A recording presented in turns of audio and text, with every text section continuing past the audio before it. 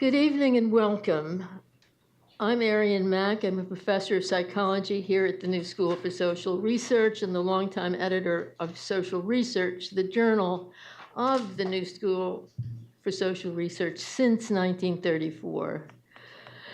This is the 12th of our Public Voices series, which we began under the auspices of the New School Center for Public Scholarship.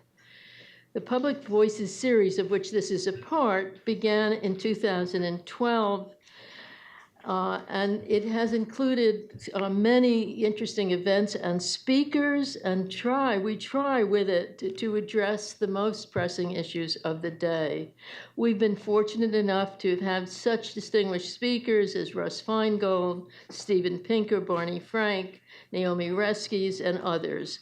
Our most recent events, which took place our most recent event took place last month, and it was There America, the U.S. in the Eyes of the Rest of the World, which was a fascinating discussion among Laura Secour, Marcia Geshen, Jose Vivanco, and Jerome Cohn and Oz Frankel, moderated by Arya Nair. And this fall, we had an event or a discussion entitled Obama, Race and Politics, which featured Michael Eric Dyson, Julianne Malveaux, Fred Harris, and Diva Woodley. And besides this series of Public Voices events, we also organize large public conferences, and most recently one several weeks ago entitled Invisibility, the Power of an Idea, at which the keynote speakers were Brian Greene and Marina Warner. Not only does CPS do these things, but it also is the home of our Endangered Scholars Worldwide initiative, which we began in 2007 to respond to the persecution and wrongful imprisonment of scholars and students around the world. Our frequently updated website provides information about imperiled scholars everywhere and the opportunity to sign letters and petitions in their support. In light of the recent crackdown in Turkey and in Hungary, that initiative is more important than ever, and we urge you to visit our website where you can sign petitions and help join the outcry against what's been happening. Okay, so now this evening's event, which as you all know is entitled Imperialism, Is It Still a Relevant Concept? The idea for tonight's event is by no means mine. The discussion idea was brought to me by Akil Bilgrami, who's the Sidney Morgan Besser Professor of Philosophy at Columbia, and a friend. And whether or not the concept of imperialism is relevant today, which is part of the title of this event, we can vouch for the fact that it's a subject of great interest given the number of people who registered to come to this discussion. Now, I will leave all the possible answers to the question, is imperialism still relevant, to our speakers, and to that, and I know that's why you're here, so it is now my pleasure to introduce the moderator of today's discussion, who will then begin the discussion. The moderator is my colleague Sanjay Reddy, who's an associate professor of economics here at the New School for Social Research. He's also an affiliated faculty member of the politics department and a research associate at the Initiative for Policy Dialogue at Columbia University. He has a PhD in economics from Harvard and previously taught at Columbia and has visited many other academic institutions in India and Europe and in the United States. He has written 2 co-authored books, and he's a member of advisory committees to the UN, and it's now my great pleasure to introduce Sanjay.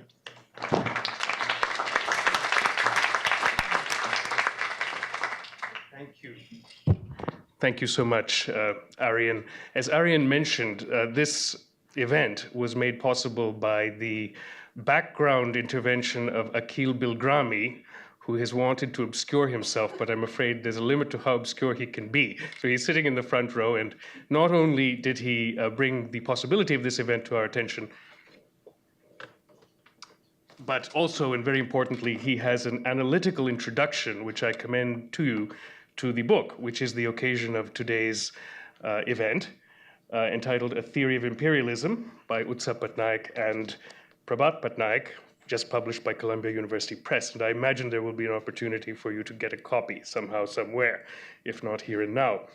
Unusually, and also very importantly, it has a commentary from David Harvey that's published within it, as well as a response by the authors. So it's a wonderful example of a rigorous, dialectical, and dialogic intellectual approach, which I think we can all learn from. It's a free and frank exchange of views, as they would say in the diplomatic world. And you will learn from it, as did I, and you will be entertained by it to some degree, as was I.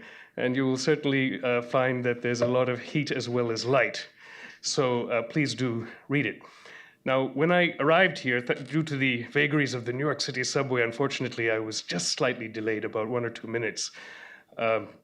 And I discovered that everybody was already seated here. So I realized that between the worlds of North and South, this was an event which was very much in the world of the North, where everything starts on time, which is no doubt why the level of income here is so much higher than in the South. But Prabhat Patnaik will talk about that and others later on.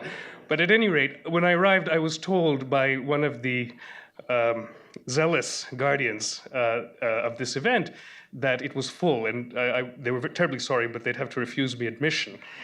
And that brought home the quantity of interest in imperialism here in the New School and in New York City.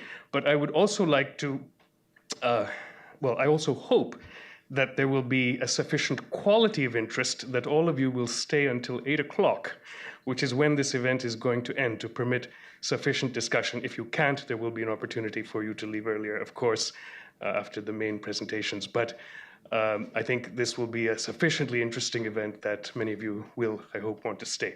Now, there's not much time to go into the detailed biographies and diverse forms of excellence of the co-panelists, so I will not. You all have access to Google, you can read about them, and you already know in any case how excellent they are in their diverse, internally and externally diverse ways. So I don't have to say anything about their accomplishments and how great it is that they're all here. But just a word on the format. I will ask everyone, if they could, to speak not more than 15 minutes. The shorter the better, but not more than 15 minutes, and we'll try to give some gentle indication when we've reached that point.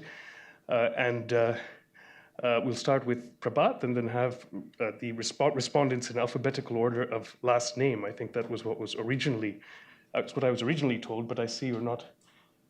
Yes, you are seated in that way. Foley, Fraser, and Harvey.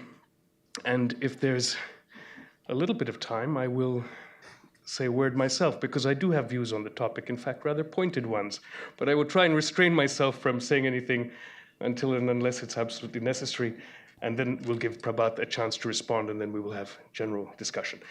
Let me just say one more word before turning to him to introduce the main themes of the book, which is that this is, I think, a really fantastic exchange, the exchange in the book, and the exchange we'll have here too, I hope, because among other things, it constitutes the mutual confrontation of two friendly but still very different intellectual traditions.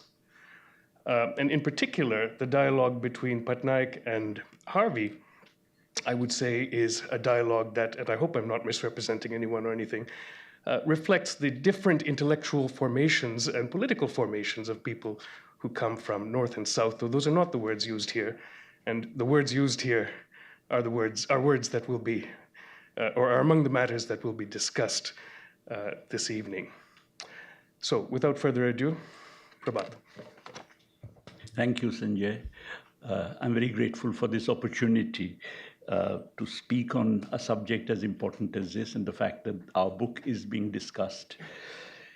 I suppose the answer to the question whether imperialism is relevant today or not obviously depends upon what one means by imperialism.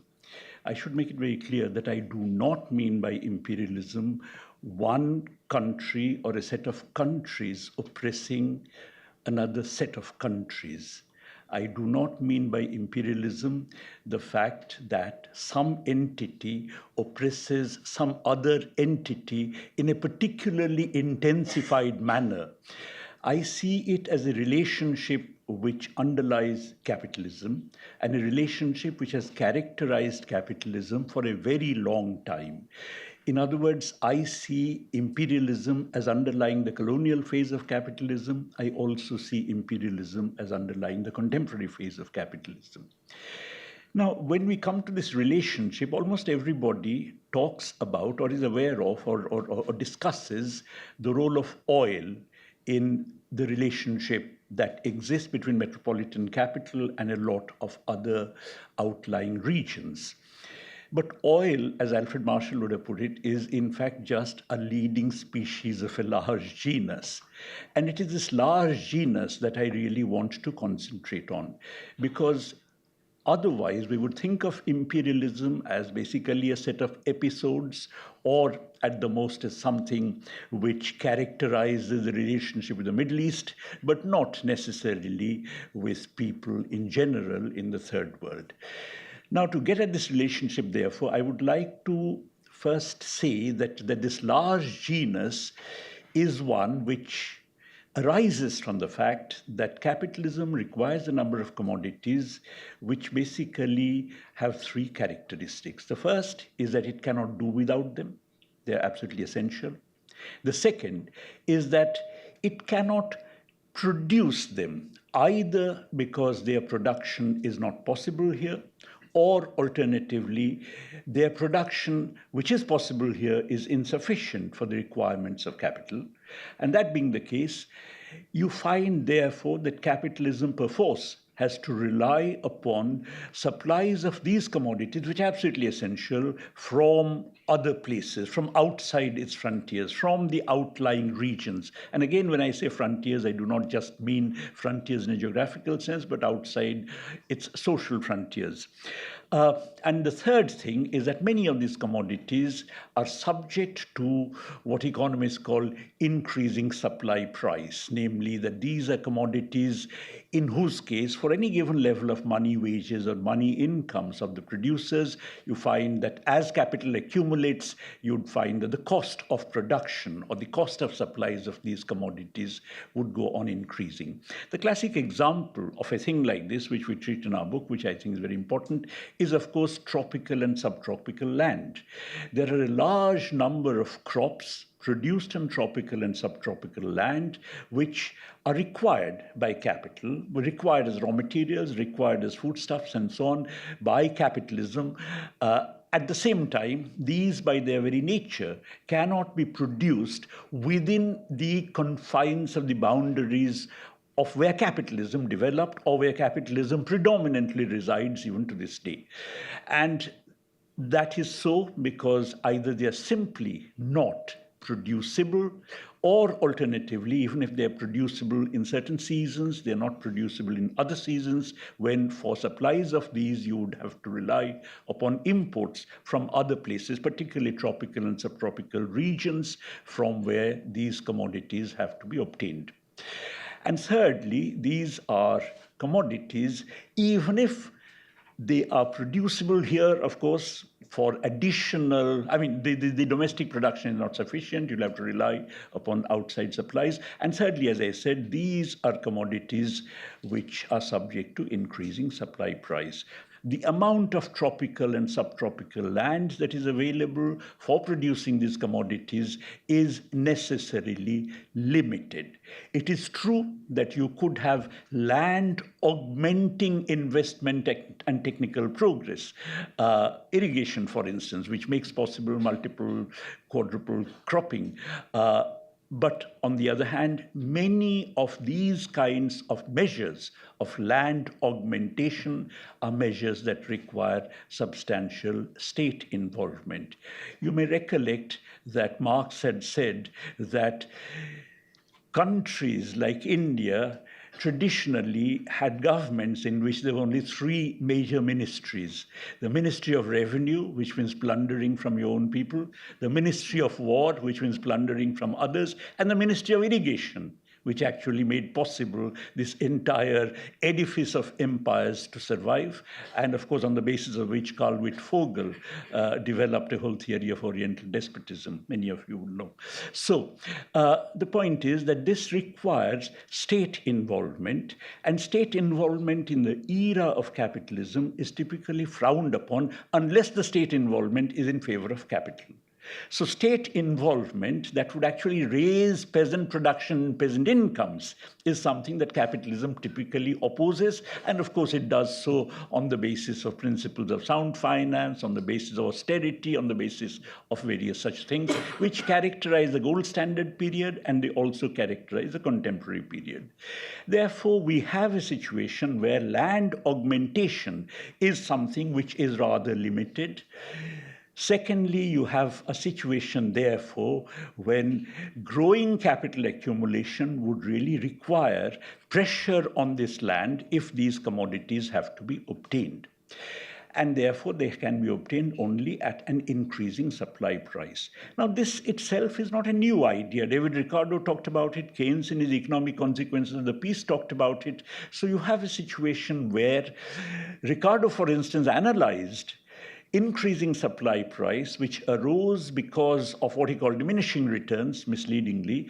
But on the other hand, because of that, he basically visualized a situation where capital accumulation would be increasingly getting thwarted, ultimately the economy moving towards a stationary state. Now, I believe there was a fundamental problem with the Ricardian analysis, and that problem arose from the following. He thought that if you have certain commodities which are subject to increasing supply price because of what he called diminishing returns, in that case, you would simply have a gradual transition towards a stationary state, and the terms of trade between those commodities which are subject to increasing supply price and the other commodities would be moving in favor of the former over time. Now, if the terms of trade move in favor of the former, that basically means the prices of those commodities would be rising for given money wages. If the prices of those commodities are rising, in that case, money itself is something which people would progressively cease to hold. In fact, if there is a complete confidence that some commodities are going to have their prices rising in money terms, then money would cease to be a medium in which wealth is held. People would move to holding commodities, the value of money would collapse, and consequently a monetary system would be impossible to sustain. So long before the Ricardian stationary state is reached, in fact, the system would have collapsed. Obviously, therefore, the logic of capitalism requires that there must be something that prevents the increasing supply price generated tendency for the prices of money prices of certain commodities to rise to be kept in check. Now, I think there are basically two ways this can be done. One is, firstly, of course, these commodities have to be open to trade. It must be the case that international demand, purchasing power of the metropolitan capitalist economies is something which must be allowed to elicit supplies from these lands. So they must be opened up to trade. They must be opened up to trade. Secondly, even when they're opened up to trade, if you have increasing supply price, their prices would rise. But of course, if along with the rise in prices, you could actually have a depreciation in their exchange rates vis-a-vis metropolitan currencies, then the prices in the metropolis should not increase. In other words, you may have a 10% rise in some scarce tropical crop price, but on the other hand, if you have a 10% depreciation in the exchange rate, then of course, there is no reason why there should be any increase in the cost of production as far as the metropolis is concerned. Now, this, however, can occur only in a world in which capital is freely mobile across frontiers, because then when there's a rise in price, then you'd find that people who have access to finance would anticipate a fall in exchange rates, shift their money out, and as they shift their money out, exchange rate would actually fall, and consequently there would be no increase in costs as far as the metropolis is concerned. So the first requirement is that these regions must be open to trade. Secondly, these regions must be open to financial flows. But even that may not be enough to ward off, as we argue in the book, the threats to the value of money, because additionally, you would require something more, and that something more, which has always historically characterized capitalism, vis-a-vis these producers, peasant producers, petty producers, typically producing these commodities in outlying regions, is what we call an income deflation. If it is the case that you can deflate their incomes so that the local demand for these commodities is suppressed, then even as you have capital accumulation, even without an increase in output, you can actually have larger absorptions for the requirements of the metropolis. So a regime in which there has to be an openness to trade that is introduced in all these regions, an openness to free capital flows that's introduced in all these regions, and additionally, a means of exercising income deflation on these regions, particularly on the producers of these kinds of commodities, is something which I believe is essential for a functioning of a capitalist economy, which is endowed with a monetary system. Capitalism, as you know, is very important. It's a money-using economy preeminently, and therefore very important for the value of money to be preserved. And a regime of this kind, characterized by these features, is essential for the preservation of the value of money. Now, colonialism actually achieved that.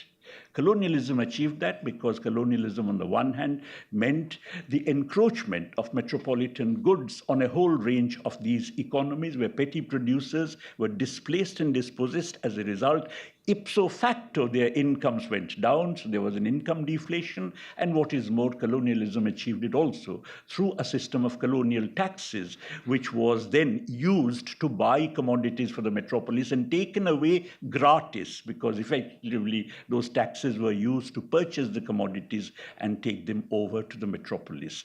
Now, this was a very significant factor underlying the diffusion of capitalism all over the world, because you found that colonial taxes, or what in Indian economic nationalist writings was called the drain of surplus from the colonies, was then used to finance capital exports from metropolitan economies. And it is interesting that the same countries to which capital was being exported were countries with which Britain, for instance, the leading capitalist power at the time, not only had a capital account deficit, which is the way capital exports take place, but also a current account deficit, which is very unusual.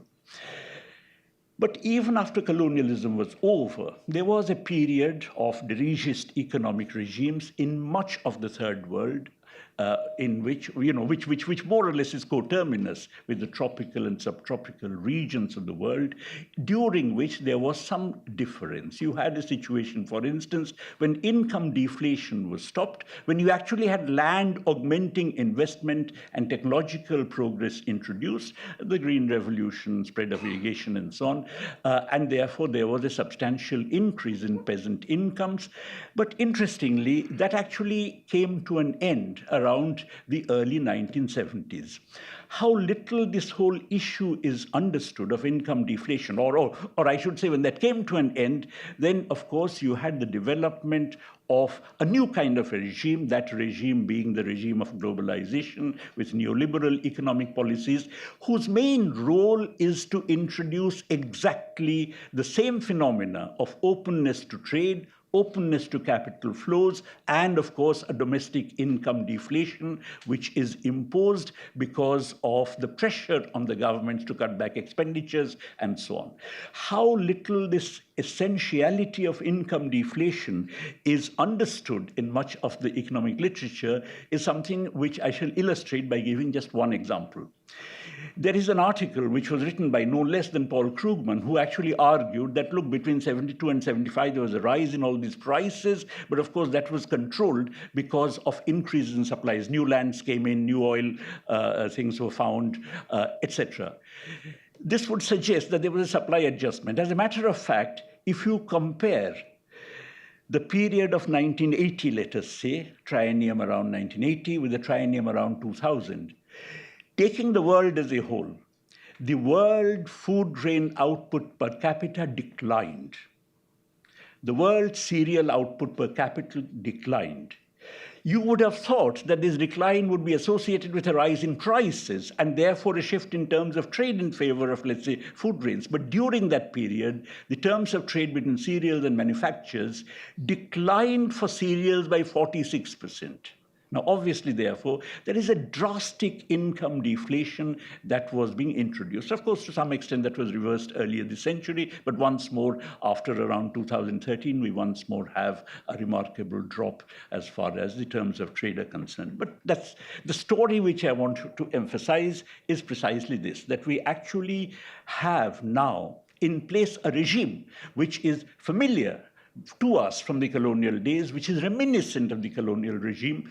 And that regime is one which not only opens up all these lands to the pull of the demand from the international economy, opens up all these regions to free capital flows, and imposes income deflation through a whole lot of fiscal measures, which are then imposed on these countries as part of the globalization process.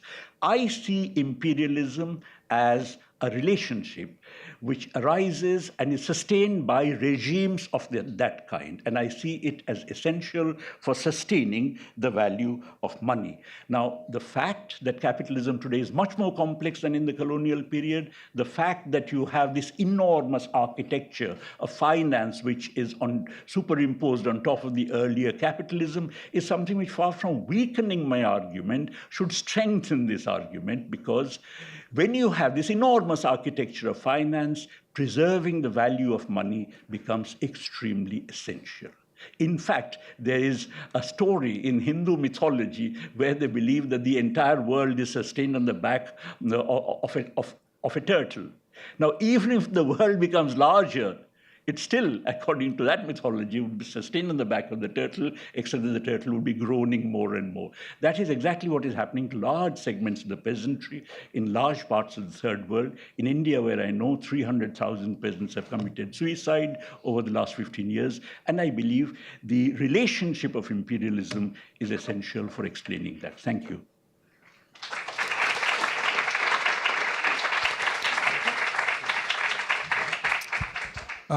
Well, here we are. It's May Day. There's a big demo in Union Square with the cops lined up, ready to charge in there and hit people, I guess. For someone who experienced Cambridge, Massachusetts in the late 1960s, it makes your blood kind of surge out of memory.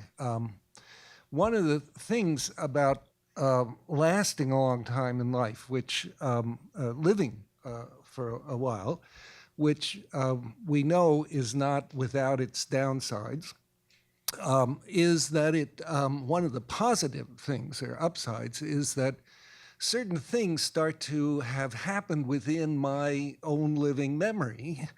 And as a result, I kind of internalize a little bit of the externality of historical process. And so some of the things I'm going to say tonight are an attempt to look at these patterns from very much a wrong end of the telescope view, that is trying to see the bigger patterns and the longer term elements that are going on.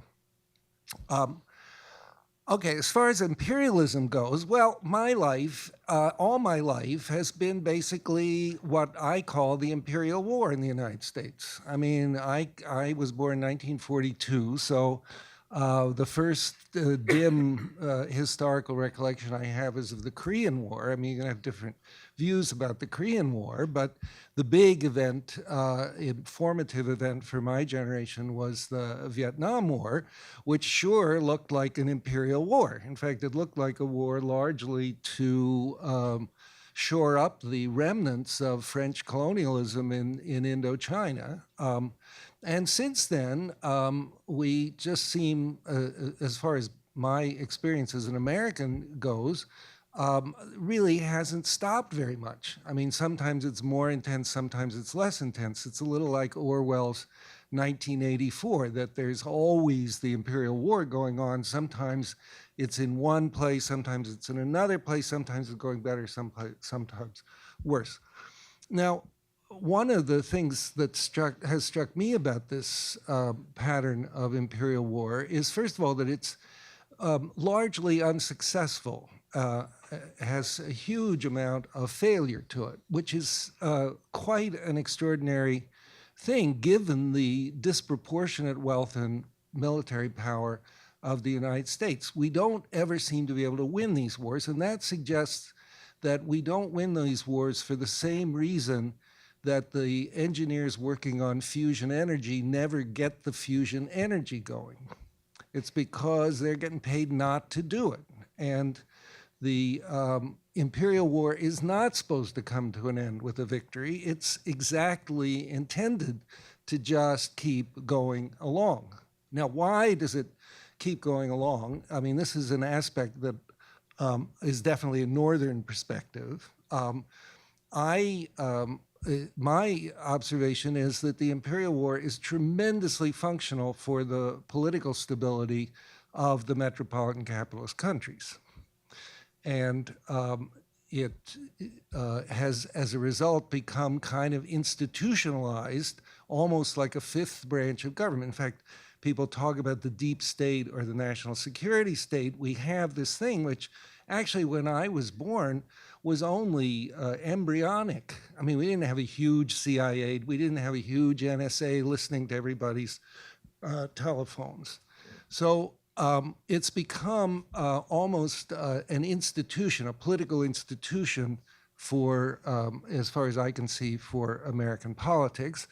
And the dynamic through which it works is that the politicians can constantly invoke one or another atrocity or scary incident, and the public, I don't see any prospect that the American public is ever going to get over falling for that. They're going to keep falling for it, and they're going to keep on being these incidents as long as it's in the interests, as the politicians see it as being in their interests to sustain this infrastructure of imperial war.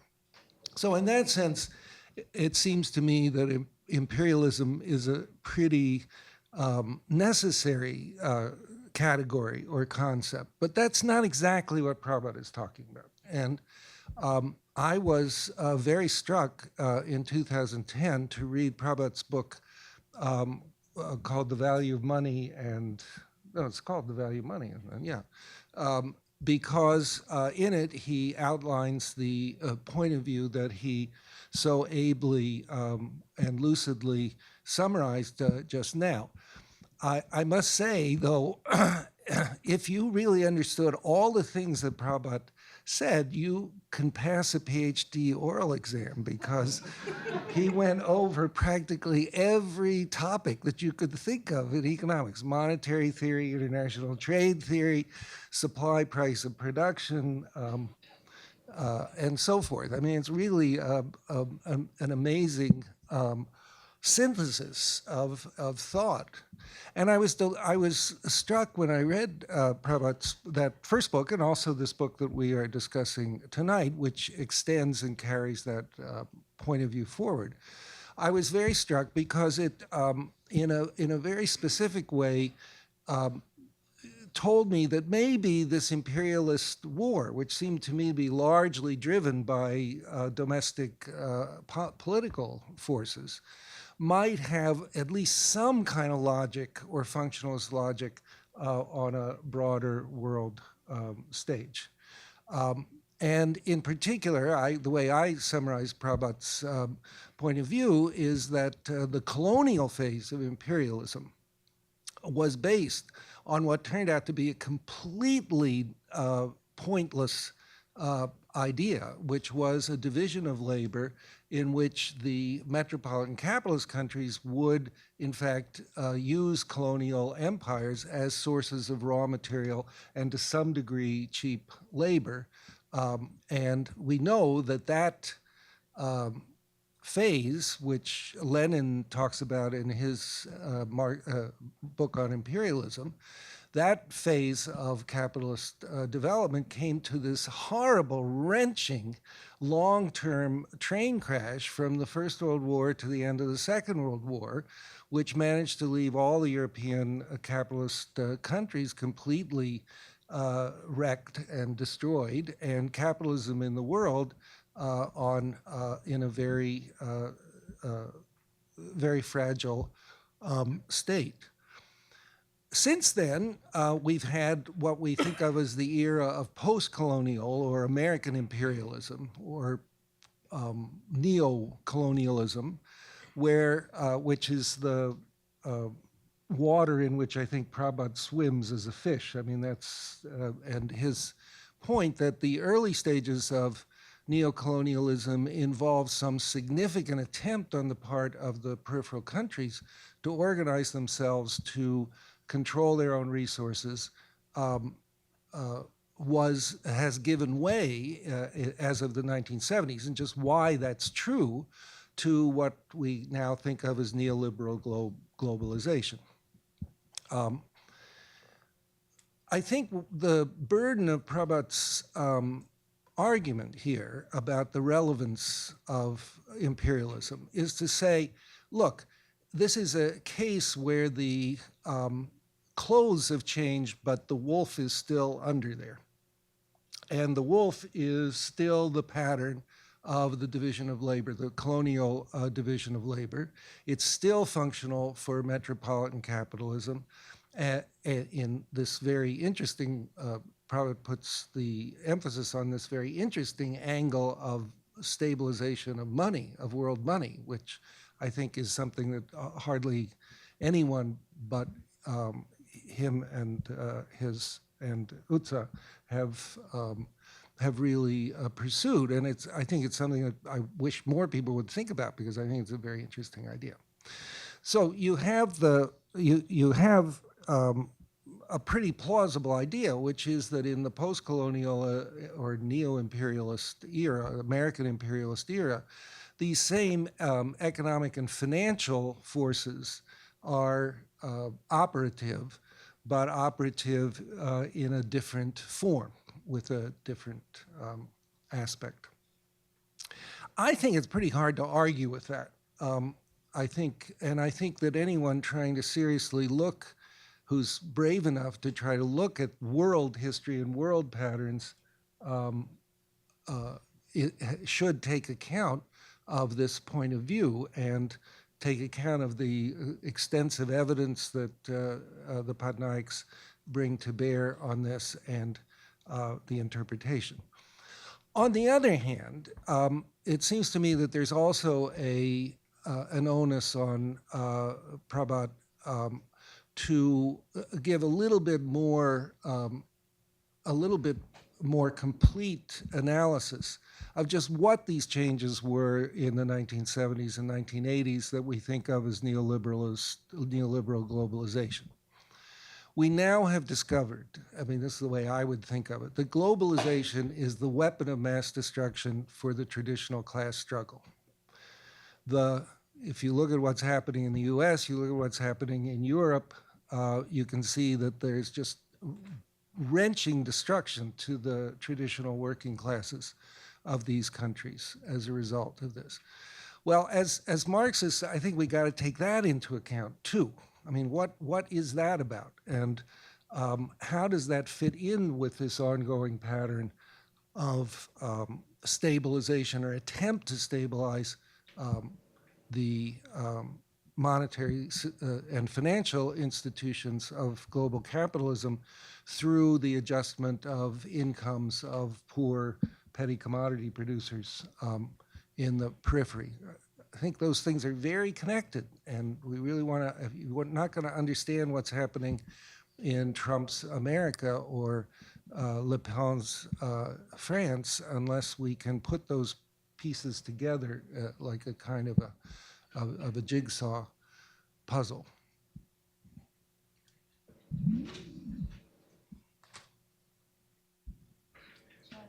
Please. Okay. Great. Well, there are lots of really big and important questions on the table. Let me just right out front say that my view is that the concept of imperialism is indeed relevant today. It's my view that contemporary globalized, financialized capitalism is imperialist. It is still siphoning value and resources from the global south to the global north, and it is doing so in ways that reflect political power asymmetries which are grounded in social geography. I'll unpack that in just a minute. However, the agents, mechanisms, and beneficiaries of present-day expropriations are different from those that characterize earlier phases of capitalist imperialism, and the peculiar mix of political and economic coercion and the organization of their intersection is different, and that's really what I want to focus on. I'm going to, in a sense, try to decenter the discussion a little from economics, and Duncan already led the way on that, but I don't at all want to slight the economic dimension. In fact, I will start by defining imperialism multidimensionally. I would say it is the systematically entrenched set of power relations through which what is sometimes called development in one region is systemically connected to underdevelopment in another region. And I think we can look at that process along 4 dimensions. Pardon? It's not working? No, okay, sorry. I want to look at this process, among 4 dimensions. And the first is, of course, the economic dimension. Here, we're interested in the process by which the accumulation and concentration of wealth in one region is connected to impoverishment in another. The political dimension, on which I'll have a lot to say later, is how the organization of what passes for freedom and democracy in one region is connected to subjection in another region. There is also, third, an ecological dimension, and that concerns the process by which solutions to ecological difficulties in one region create or exacerbate such difficulties in another region. And finally, I want to introduce into this discussion the social reproductive dimension of imperialism, by which I mean the power relation by which efforts to ensure the supply of care and other unwaged activities that are necessary to maintaining social bonds and replenishing new generations, how the efforts to supply that in one region are connected to the creation of care deficits and care drains in other regions. My idea is that all 4 of these dimensions are intertwined. None of them can be understood in abstraction from the others. Efforts to understand imperialism from a perspective that is exclusively economic are inadequate. Efforts that encompass both the political and economic aspects are better, but still inadequate. And it will be necessary in the end to develop an approach that integrates all of those dimensions, both of those dimensions, with the under-studied ecological and social reproductive dimensions. Well, that's a general programmatic statement that I couldn't myself begin to satisfy here, but I think it's especially pressing in the current era, because today's imperialism does mobilize the ecological and social reproductive dimensions in ways that are crying out for analysis and critique. And I wager that the present salience of those dimensions, ecological dumping, land grabbing under the guise of environmental, finding offsets for carbon, et cetera, global care chains, the migration, importing of migrants to do low-wage, precarious care work that is being abandoned in the so-called 2-earner family, where everybody is scrambling to offload care work so that they can get more hours of very poorly paid work. in order to simply tread water. These are things that are crying out for inclusion in a theory of imperialism. And my wager, as I said, is that given that we're now in a position to see these dimensions, we might also be able retrospectively to identify the role that they played more or less unnoticed in earlier imperialisms. Okay, I want to say, however, in line with the discussion of this very interesting book, I want to focus here on the entwinement of the economic and the political dimensions. And I just want to start by saying that transfers, the siphoning of wealth and the various other goods that I mentioned from one region to another, such transfers can be effected at first sight by two distinct means, by political military coercion or by markets and trade. That distinction sounds very clear, but in reality, it often blurs. In modern capitalist imperialisms, as opposed to pre-capitalist imperialisms, or for that matter, socialist imperialisms, of which there have been some, trade and tribute are not really alternatives. They go together. Indeed, they're not always easy to distinguish at all. My idea, and I think this is in the spirit of Prabhat's book, although I may differ with some of the details, is that the way these things are entwined takes different forms and combines in different proportions in what I think are maybe the four principal phases of capitalist imperialism's history. And by those four phases, just to go quickly, what I mean is the phase of mercantile capitalism, the 16th to 18th centuries, roughly, in which assets were transferred from the hinterland to the center, mainly by flat-out conquest and seizure, nothing subtle about that.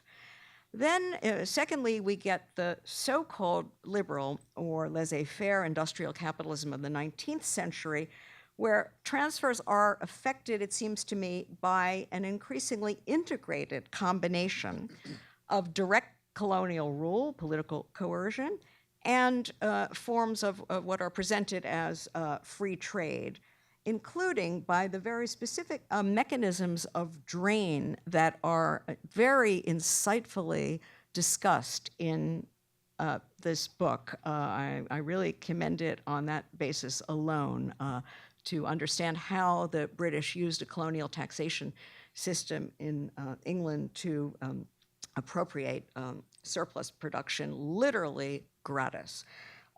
So that's a combination of political and economic coercion.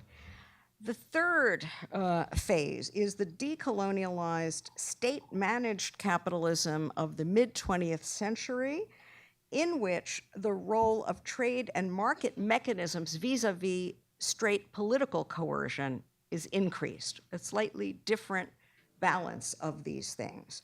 With the end of direct political rule and therefore of colonial taxation and that possibility of that sort of drain, assets were increasingly transferred by unequal exchange. But it's very important to remember that even that is not a purely economic mechanism. Those arrangements were politically constituted. I would recommend Anthony Angi's book on post-war international law, which recognizes and legitimizes as true property the seizure, the whole previous history of seizure, and that is very much a part of what makes unequal exchange possible. And of course, it's true, as we can even go back again to Duncan's point, that these apparently economic mechanisms were always supplemented as necessary by invasions and sponsored coups d'etat. But, as the Patnaiks rightly insist, the dirigisme of newly independent post-colonial states during this period used their, we have to say, rather unequal in the grand scheme of things, political power to counteract some of those processes and to slow and diminish the rate of transfer. Now we have to talk about the present 21st century financialized capitalism. I mean, one thing that I don't find in the book, but seems to me extremely important, is the end of the Cold War, the incorporation of the ex-communist world into the global capitalist economy, and the various forms of drains and transfers that happen there. This is not discussed, but somehow needs to be brought into the picture. In this period, the economic dimension, in quotes, remains very salient, but the political has by no means disappeared. Today, debt plays a major role in affecting the transfers of labor, land, care, ecological values, and that debt is enabled through political arrangements. Global financial institutions impose austerity on indebted post-colonial states, also on some metropolitan states, it must be said, aided by pressures from the bond markets, which threaten to destroy their currencies in a heartbeat. These processes not only disable dirigisme, they also force states to squeeze their populations and divert revenue to bondholders in the form of debt service. There's also the private debt of peasants in thrall to multinational seed and fertilizer companies, to landlords, to middlemen, all of which is well described in the book, and new intensified rounds of land grabbing, including the sort of green grabbing that I mentioned earlier in the wake of environmental stress. Now, these transfers, it is true, accompany something else, and that is flows of surplus value to multinational firms, typically northern-based, but not always, from relocated manufacturing to low-wage regions of the semi-periphery. This is, the point here, though, is that I want to distinguish between expropriative transfers and exploitative transfers. I think you can see the difference here. And both are going on today. This is then a new mix of political and economic mechanisms. I don't have too much time, but I want to cut to the chase and say that given this deep intertwinement of the political and the economic, I am myself hard-pressed to understand exactly what the Patnaiks mean in their book when they appeal to capitalism's spontaneous propensities and logics in their account of imperialism. To me, it seems that the only thing that is spontaneous about capital, that is not politically organized in some form or another, is its orientation to endless accumulation. But of course, that imperative can only operate on the basis of some specific political institutionalization, some organization of coercion, and let's not forget legitimacy, command, and consent. Let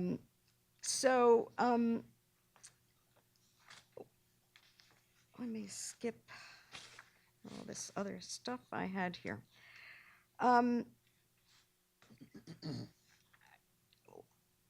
I've got an argument here that I don't have time to spell out that that argues that both, and this in a way is close to David, both exploitation and expropriation are essential to capitalism.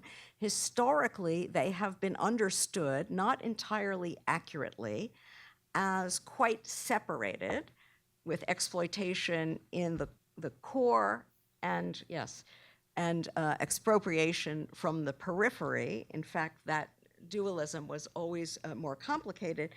And in any case, they are deeply entwined. I would say that expropriation is the necessary condition for the possibility of profitable exploitation in capitalism. And that then raises the question about whether or not imperialism is necessary to capitalism. And before I close, I just want to say a word or two about that. The Patnaik's answer that imperialism is necessary to capitalism, I have to say I'm a little less sure. Their reasoning, as you've heard, has to do with the necessity of protecting the value of the world's leading currency by imposing wage deflation on inhabitants of the so-called tropical landmass. For reasons that David Harvey elaborated in his reply in the book, and that I hope he will recapitulate here, I don't find that reasoning entirely persuasive. But I'm interested in whether there might be other reasons for concluding that imperialism is necessary to capitalism. One might hold that capitalism could not generate surplus value in sufficient quantities to sustain itself as a class system if it had to pay the full reproduction costs of all of its inputs. Suppose, in other words, that it had to pay the full costs of labor's reproduction for all of the inputs, that is, for all those who produce every input, including not just wage workers, but the peasant proprietors that are central in the Patnaik's book, also housewives, grandmothers, caretakers, and so on. Suppose also it had to pay the full reproduction costs not only of presently living workers, but of the processes needed to ensure that there are future workers. Suppose that it had to pay the full ecological costs associated with production. What would remain of surplus value, and would that remainder be sufficient to sustain a class system? Well, I'm hoping that my economist colleagues here can shed some light on that. But if such a system would still be capitalism, I mean, that's the question, would it still be? If not, then expropriation in the sense of politically enforced non-payment of some cost of reproduction would be essential to capitalism. Does it follow that imperialism is essential as well? That conclusion would follow only under a double condition. First condition, capitalism requires both expropriation and exploitation. And secondly, it also requires that they be clearly separated from one another geographically and demographically. That is, assigned to two different populations, sited in two separate regions. The conclusion would not follow, by contrast, if only the first but not the second conditions were met. Well, the sort of question then for the present is, our world is starting to look a lot messier than that neat idea of exploitation over here and expropriation over there. I would say that expropriation is becoming quite generalized. We've got, it affects not only, yes, its traditional subjects, but also those who were previously shielded politically by their status as free citizen workers in the metropole. And at the same time, the relocation of industrial manufacturing to the BRICS, for example, is bringing intense exploitation. It might be that today, expropriation and exploitation are increasingly superimposed on one and the same set of people, although not exactly in the same proportions and not necessarily with equally burdensome consequences. That's where I'll stop right now. Thank you.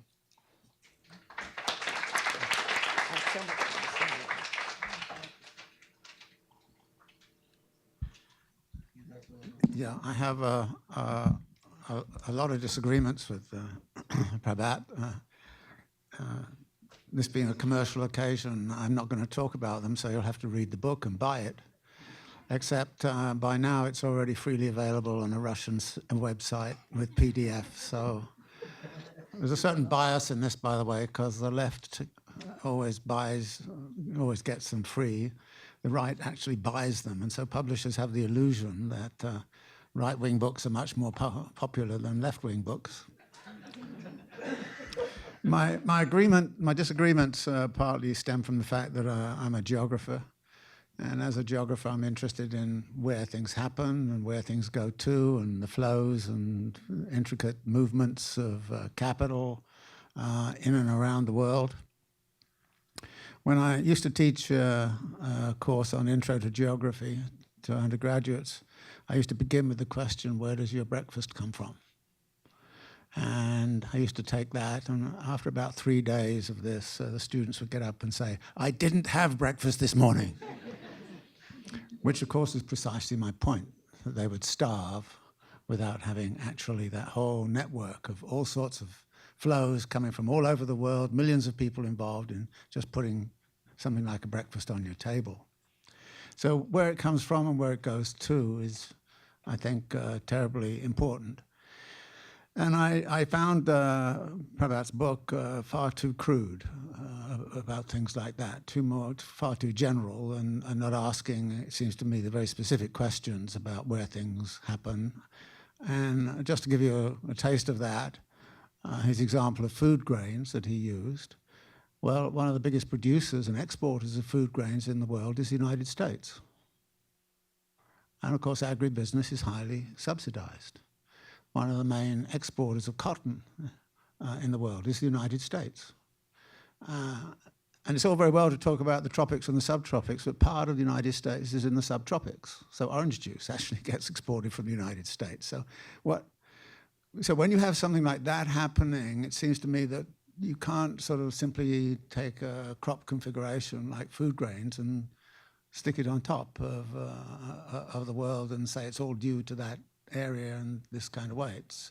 And of course, there are different food grains. I don't know whether soybeans is a food grain, but most of Latin America has been converted, in the case of about 15 years, into one vast soybean plantation. But who's it producing it for? Not for the United States, because the United States exports soybeans. Who's taking it? China is taking it. China's the big market for it.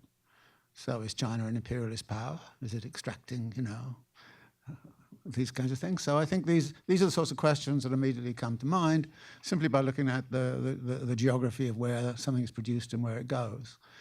And then, of course, things have got much more complicated. And I think we have to take account of the complications. And in this, I'm also, as well as a geographer, I sort of read my Marx. And if you read the wonderful letter that Marx wrote to Ankoff in, I think it was 1847, something like that, when he's commenting on Proudhon's book. And he kind of says, basically, we always have to be prepared to adjust our categories according to the historical transformations that are occurring. And that as divisions of labor change and as productive forces change and as social relations change and all the rest of it, then we have to be prepared to change what it is we're talking about. And one of the problems I have with many people on the left is they're very reluctant to actually pursue those changes. I think imperialism was an obviously relevant term to what was going on in the 19th century. It continued in a different form with indirect rules structures, which began to emerge at the end of the 19th century. And then we had the period of decolonization after 1945. And as many people have mentioned, in the 1970s, things started to change all over again. And one of the big changes that occurred in the 1970s was you could actually create a global car. You could manufacture the engines of a car in Brazil. The hubcaps could come from Mexico. It could be assembled in Detroit.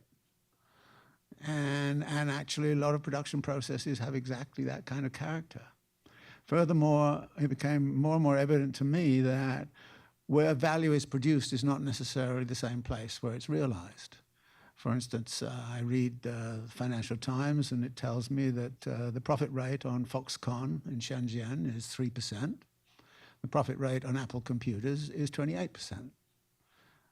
And of course, Apple computers are realizing that in the United States, so value produced in China is being realized in the United States. Now, Apple will claim that it does design and other functions, so actually it's not quite true that all the value is produced in China. And then when you kind of actually look at all of the chips that are in the computer, they're not produced in Shenzhen either. So you've got a whole kind of set of questions here as to where is what is happening and where the value is being created and where it's being extracted. And this is a very complicated kind of question.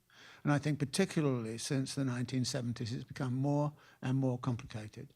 And for that reason, I increasingly was drawn to the idea that it didn't make sense to try to cram all of this into some concept, universal concept of imperialism.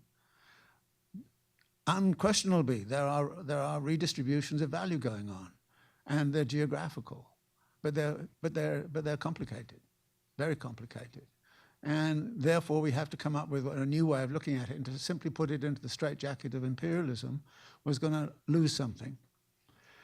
So when I was partly persuaded of this because in 1974 or somewhere like that, Giovanni Arrighi wrote a book called The Geometry of Imperialism.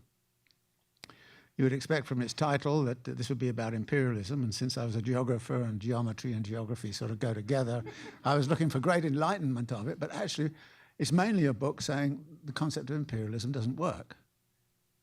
Actually, what you really need to do is to look at shifting hegemonic configurations of political and economic power.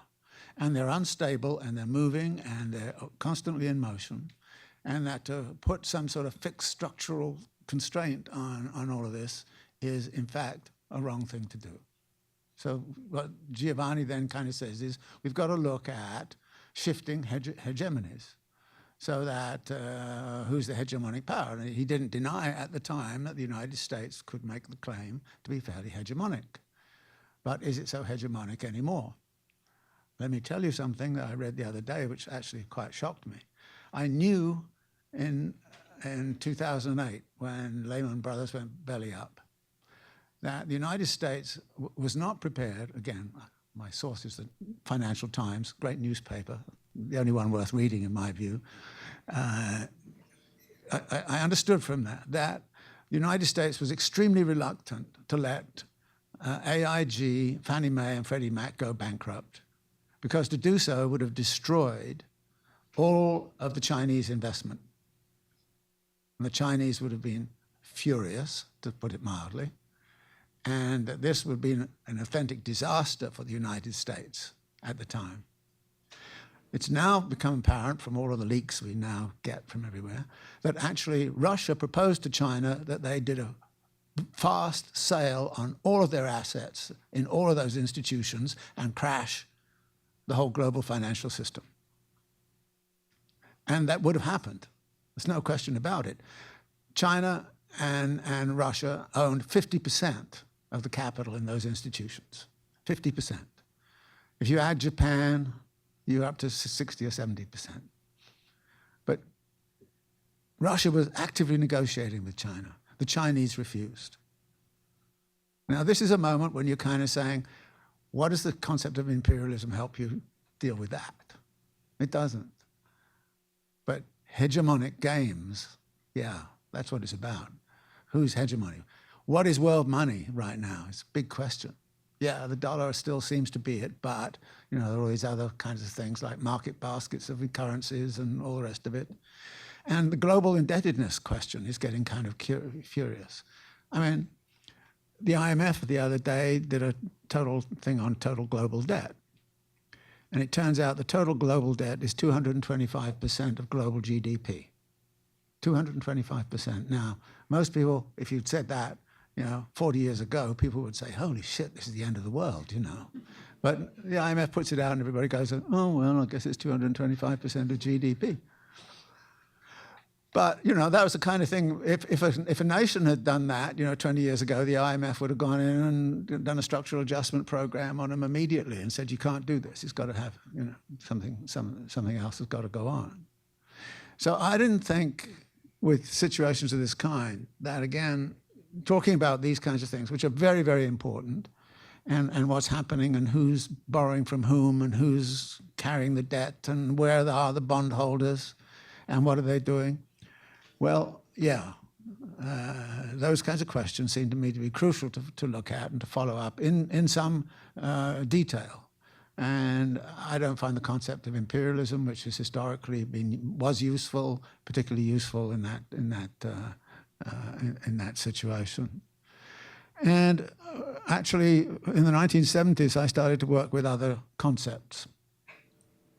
Marx never, as far as I know, never ever used the concept of imperialism. He did certainly talk about colonialism, but imperialism was essentially Lenin's big contribution to the argument. But Marx did have some very interesting things to say about space relations and redistributions that could occur. One of the interesting things Marx says about redistribution is that the equalization of the rate of profit redistributes value from labor-intensive sectors to capital-intensive sectors. So there's a transfer of value that goes on through the equalization of the rate of profit. Now, at a certain point, Marx also recognized this would be true of relations between nations, that a nation with a very labor-intensive configuration would, in fact,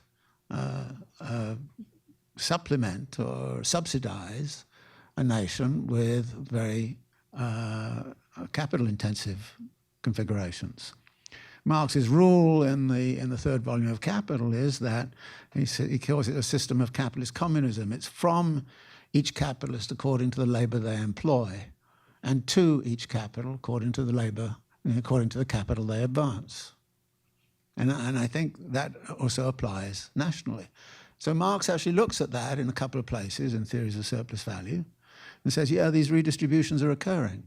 But then he says something very interesting. He says, but don't kid yourself that this is a nation-to-nation thing. This is the capitalist class which gets it all. So the redistribution goes to the capitalist class, not to the people. So when Trump goes after the Trans-Pacific Agreement, you kind of say, actually, it's correct that that agreement does not actually necessarily help the working class in this country, but it certainly helps the capitalist. The argument about NAFTA is the same. It was no accident when NAFTA was signed that there were no representatives of labor in the room, because all the benefits of NAFTA are going to go to the capitalist class. The working class was going to be hollowed out, and we see what some of the consequences of that have been. So there are these kinds of transfers taking place.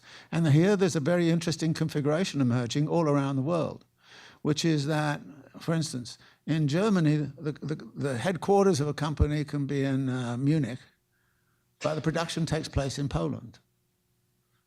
Here, the company can be located in Atlanta or Dallas. The production takes place in Mexico, in Monterrey. And actually, of course, you've now got the technology where you can actually control the production line from Dallas into Monterrey. And you can do it from Munich into... Now, these are transformations, technological transformations, the kinds of things that Marx talked about in 1847 and said, these things make a real big difference. And so you can't use the old categories in these kinds of situations. So to me, again, these are the sorts of situations. And actually, a lot of the organization of capitalism now is cross-border. So that NAFTA is a very good example of that. And actually, then you kind of start to say, what is going on with the formation of, say, something like the European Union? Who benefited from the European Union? Well, clearly, Germany did, you say. But no, the German working class didn't necessarily at all. The German corporations did. So this is the point. There is a class way in which these things get worked out.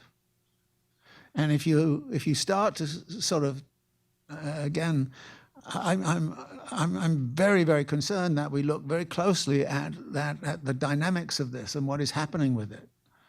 And to me, like I say, I just don't find the category of imperialism that compelling.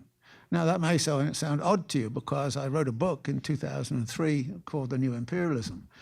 But the point about that was that at that time, the neocons were actually saying we need to be imperialist. In fact, there was an ideological kind of attempt by the neocons to advertise the imperialism as the proper role for the United States. I mean, it took the disaster of what happened in Iraq and so on to say, well, maybe we'll back off that. But at that time, this was their language about what the imperialism was about. And in exactly the same way, when Giovanni wrote his book on the geometry of imperialism, so it was not about, in favor of imperialism, it was saying this is not the way you should look at it. So the new imperialism was an attempt to sort of say, well, that ideology of imperialism has become very powerful and potent in the United States right now, but we need to do something else. One final point. Actually, I think there are all sorts of things going on in different parts of the world. Just going back to the tropical landmass, for example. I think it's no accident that about 80% of the special economic zones that are producing goods are in the tropics. So the tropics is a labor reserve. And this gets back to some of the things that Nancy's talking about, that actually the costs of social reproduction and all the rest of it are lower there and can be repressed there. Value of labor power is lower there. And so we get these kinds of relations being set up between productive activity in various parts of the world, much of which has been going to those parts of the world. So to me, the tropics, if it's a reserve of anything, is that it's a reserve of labor. And it's being used as a reserve of labor in this kind of way. So I just make a plea for a much more sophisticated kind of understanding of how spatiality works, how countries which have a surplus of capital export it, and when they export it, what kind of things they do. And you can actually track each country. Japan started to have surpluses of capital in the 1960s, starts to export capital all around the world, bought the Rockefeller Center and did all kinds of other daft things, lost of money in doing it. South Korea, end of the 1970s, suddenly the world floods with South Korean capital. Taiwan, 1982 almost, starts to take things. I looked at a map the other day of Chinese foreign investment in 2002. The world is almost empty with a few dots here and there. You look at the world now of Chinese foreign investment. It's big blobs everywhere. There's a huge pouring out of capital investment. Is China an imperialist power? No, it's simply engaging in what I call a spatial fix to its overaccumulation problem. It's got surplus capacity in steel. So what does it do? It says it's going to have a one belt, one road. It's going to build the steel, put the steel into building the new networks of rail right across Europe from China to Istanbul and way into Europe. It's building all the railroads in South Africa, in East Africa. It's doing major projects in Latin America. Because it's got surpluses. It's got surpluses of money and it's got surpluses of steel. So what does it do? It lends the surpluses of money to Ecuador so that Ecuador can buy the steel to build the hydroelectric plant. This is what it does. These are the practices which are there, which are old practices, and they still exist. But we have to, I think, find a different language to talk about them. Or if we talk about imperialism, just recognize it's a sort of a metaphor rather than anything very real. Thank you.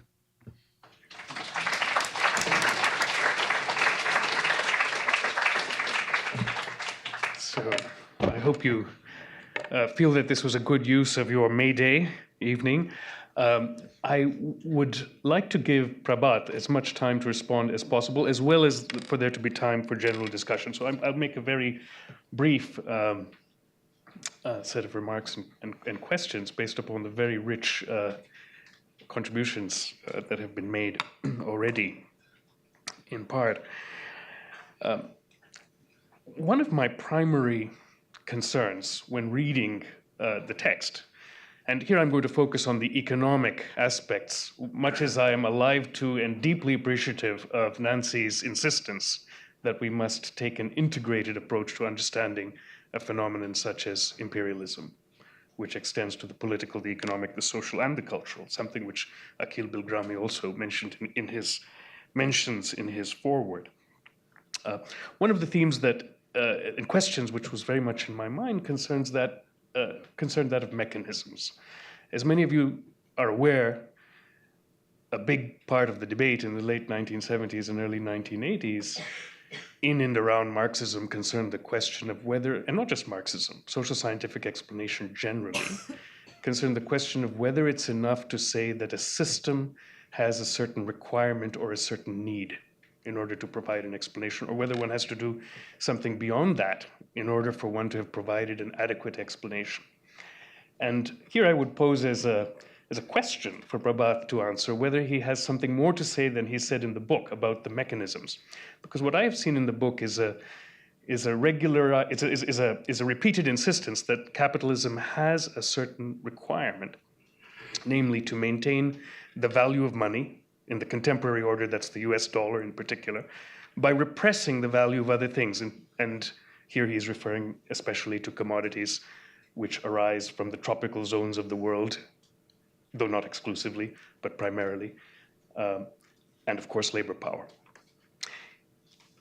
Prabhat is insistent that he is not suggesting that this is the only imperative of capitalism, but it is one important imperative to consider.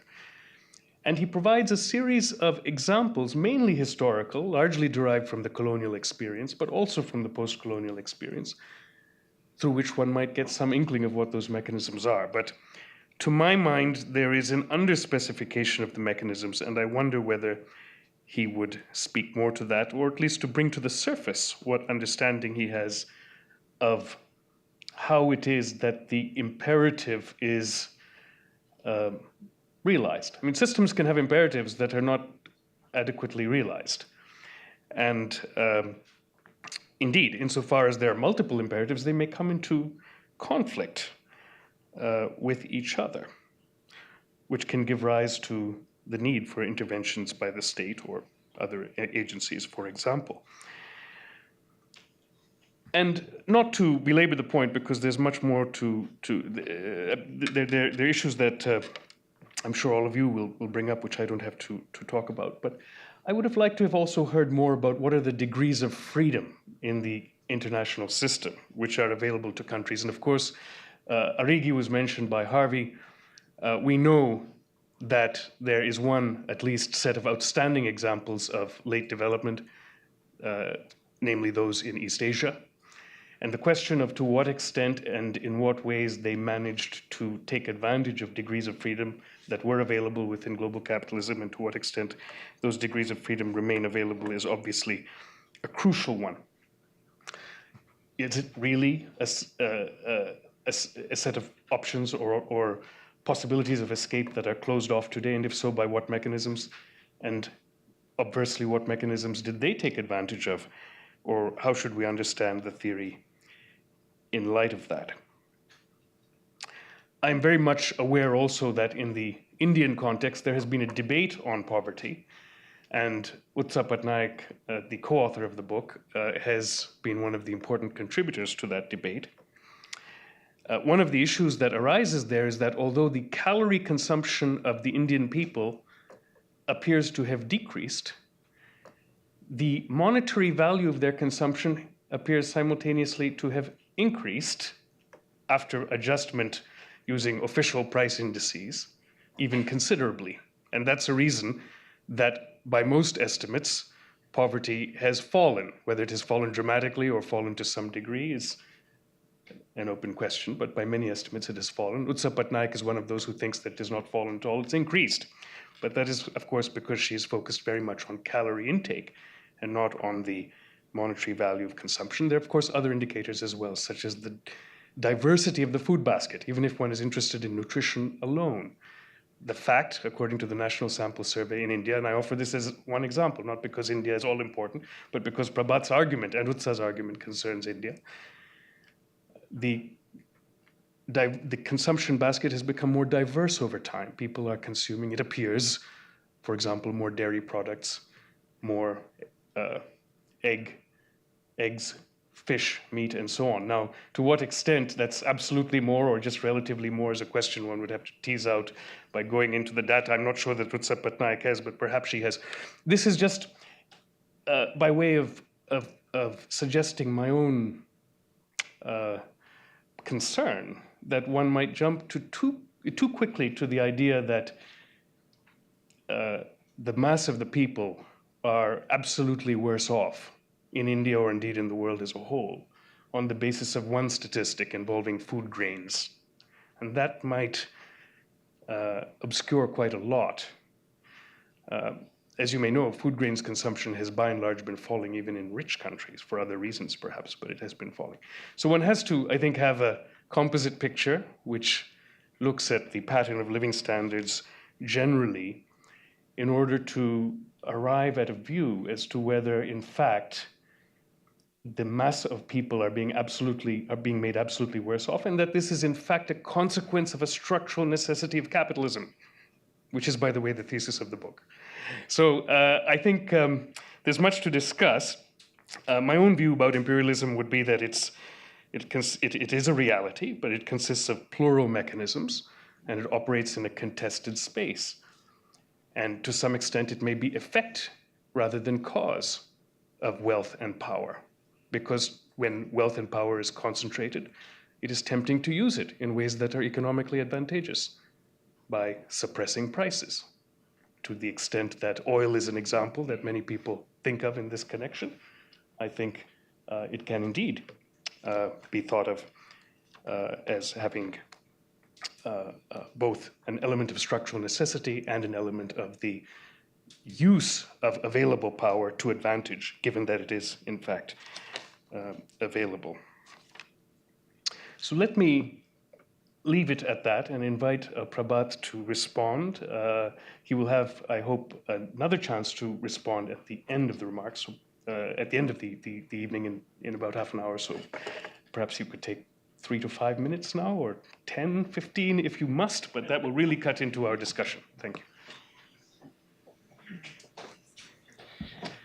Gosh, that's a very rich set of comments. I don't think I'd be able to really respond to them adequately at all, let alone in 5 minutes or so. I think some of the issues which were raised by Duncan were very important. In particular, I found very interesting what he said about the role of globalization in terms of its destroying the capacity of class struggle, and I think that's very important, because in India, for instance, with which I'm very familiar, a number of mechanisms have come together. One is privatization of the public sector. Trade unions are always far more powerful in the public sector than in the private sector. In fact, in the United States, as you know, 33% of the public sector workers, which includes education, are unionized, while in the private sector is just 8%. The same is true in India and elsewhere. One of the reasons why France still has a very strong trade union movement is because it still has a strong public sector. So the, privatization of the public sector, enormous increases in the reserve army of labor, which I'll come to in a moment, because of which there's casualization, all of which has really destroyed, in a sense, the capacity of unions. The last real militant trade union action we had in India was in 1974. There was this railway strike. After that, there has been nothing comparable. You have 1 or 2 day strikes, by all, but not. So, yes, I think very important changes are taking place. Some of these changes are related to what I'll be coming to.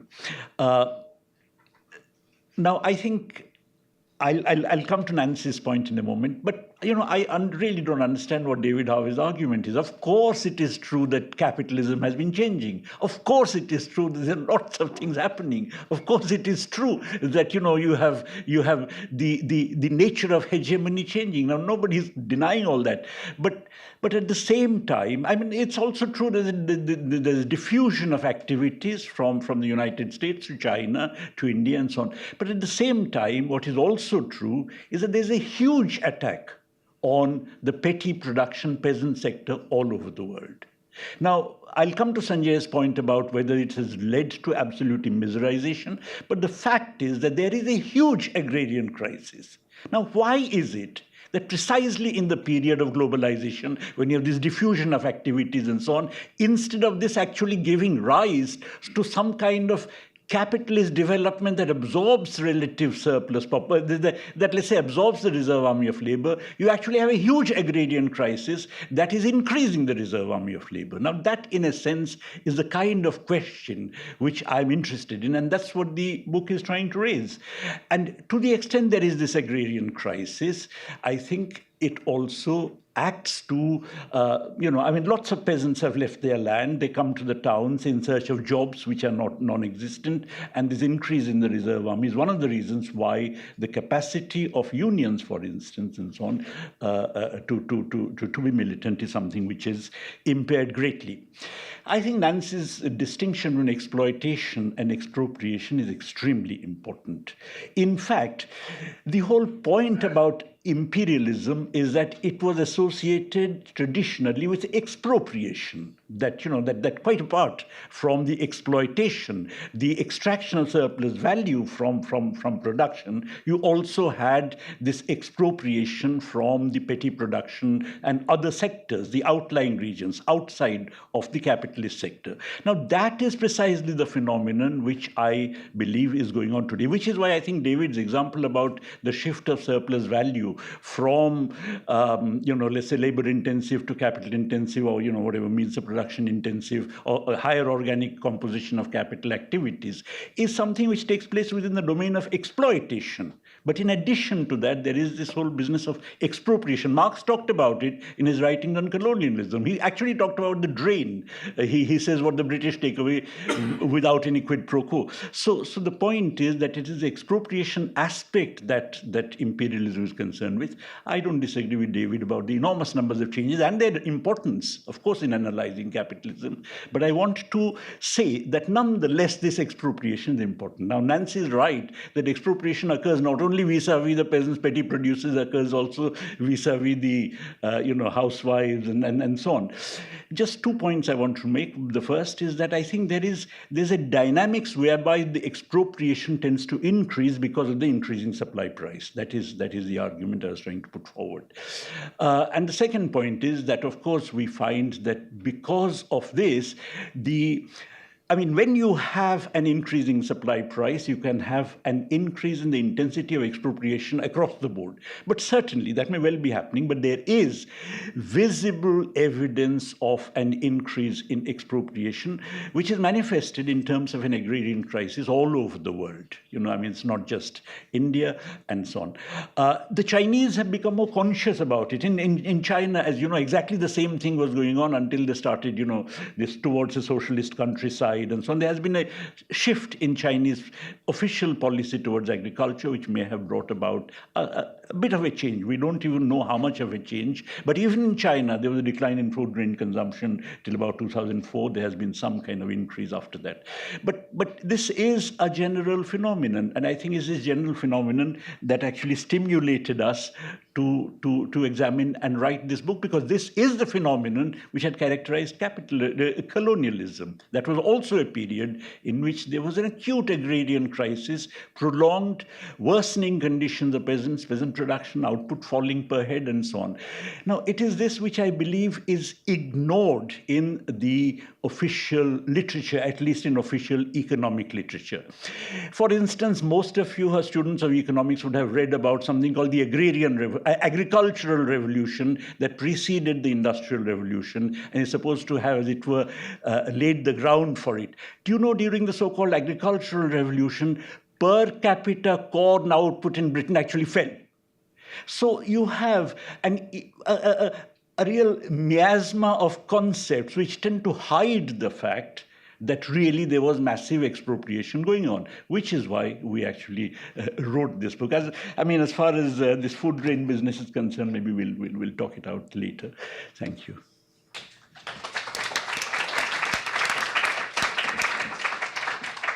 So thank you for being patient. For those of you who have questions for the panel, I've been advised that you should come here to ask them because it is going to be videotaped.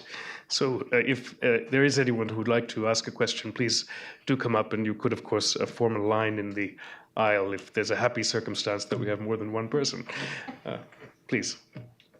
And we will take, I suppose, one question at a time for now, since there's no excess demand. Please.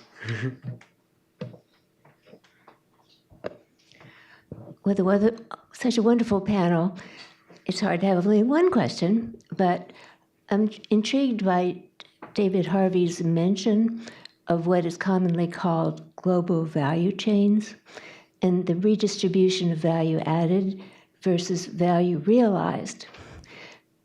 But I think it's possible to bring that concept into a question about the role of China, where there are industry clusters developing because of the location of the global value chains, assembly, if not also production, and the role of China expanding outward for resource acquisition in Africa and elsewhere, and its increasing role in funding development projects throughout the world.